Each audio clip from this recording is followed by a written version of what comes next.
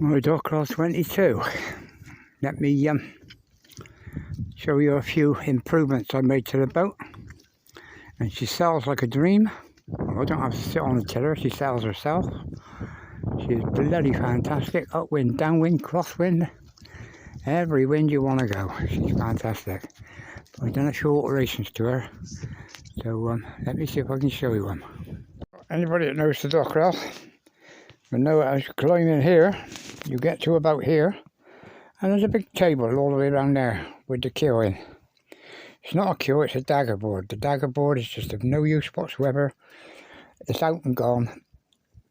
Don't need it no more. And I got all the room for the day in here. It's massive in here now. Got plenty of room. Last box there with the towel over it with all my instruments on it, that swings round into the doorway, and that's alteration 2. So anyway, as you can see, alteration 1, leave this in. The table used to go across here and you used to have to squeeze through here and down there now, and the only table I want is that little thing. I sit there on that little table getting my tea off of there. The step there is for Lyra to jump up. There's another one goes up there so she can jump up without catching her legs. And the stove's half in and half out, so I've got the sink, I've got the cooker, I've got everything I need. Just perfect. So we got our all our wires come down and through to the back. They just come unwound when I'm ready to go. But everything's on the back. I don't need to go up on the front at all, other than just chuck the line off. She's roller reefing, everything's done from the front. Now the jamming cleats, just here, used to be flat, and they was cheap and nasty ones. It was just a base, a top, and a spring. No bearings, no nothing, so I just put real nice ones on. And if you notice the angle of that, they're leaning down that way. Because I've been out in some storms where the rope's so tight in there, you really need to pull it and lift it, and without standing up you just could not do it. But now with these on, it's so easy. You just as you see, let me show you on this one better. See the angle they're leaning down at? So when I'm sat down in the back, over there for one way, over there for the next way, they free easy. So that's another alteration, and the boat is fantastic.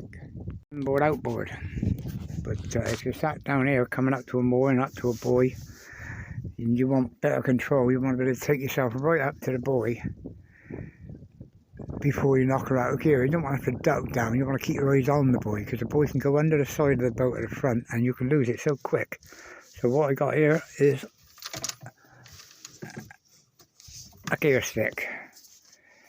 I just rest on there. When I'm coming into the mooring, I can hold that and the tiller, and I can go in and out of gear with that. So easy that it's just in. If I'm not close enough, I knock it in gear again, go a bit closer, cut it, and so on and so on. But that's control.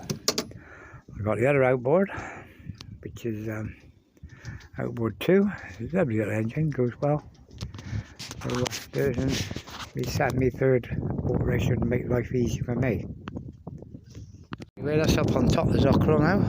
The only reason I need to come up here is to release that front sail just before I go, but you're on a mooring. I usually release that and let it hold on the back one, and then chuck the back one just before I come off. What I do is I knock the back one off of the main cleat and look at over the little stump there. And even with the engine running, then it's so easy to flick it off and just carry on going. Because coming out of here, there's loads of wallies got floating crap like this. Look at it over there. Moorings that ain't never looked after. Nobody maintains them. And look at these weeds on this. All floating, all a pain in the ass. They call themselves boaters, I call them wankers. Anyway, that's a couple of operations I've done on my little Dockrell. 250 quid, she now stands me in a treat.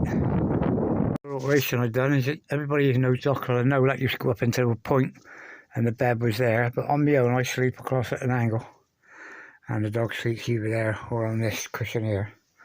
And I'm always only ever on my own, and if there was two of us, we'd just sleep there and up this side anyway. But I boxed that in, and I got two cupboards there for forward gear, and all safe and sound. The little skylight, they leak like sieves because the catches go here. So what I've done, I've boxed mine right over. It still opens up, but it's got a wooden cover all over the whole top, so no more leaks. The boat is bone dry. And yeah, she's been in the water now for 10 weeks. I've not had to bail nothing out of her once yet, rain or seawater. She's a fantastic little boat. I got, so you see, I got all the radios and instruments there. Let me show you them. I got the laptop with navionics on, Garmin, radio, compass, and with the Garmin, it's just it's not a plotter, but with those charts over there, I plotted every possible location from point to point all around the coast of the headland here, and that little Garmin can get me from any one to any other one without knowing for sure that I'm not going over anything dangerous in the way. Anyway, there you go, folks. That's a few little alterations I've done to my little boat. And as I say, she's a gorgeous little thing. I never have to steer her.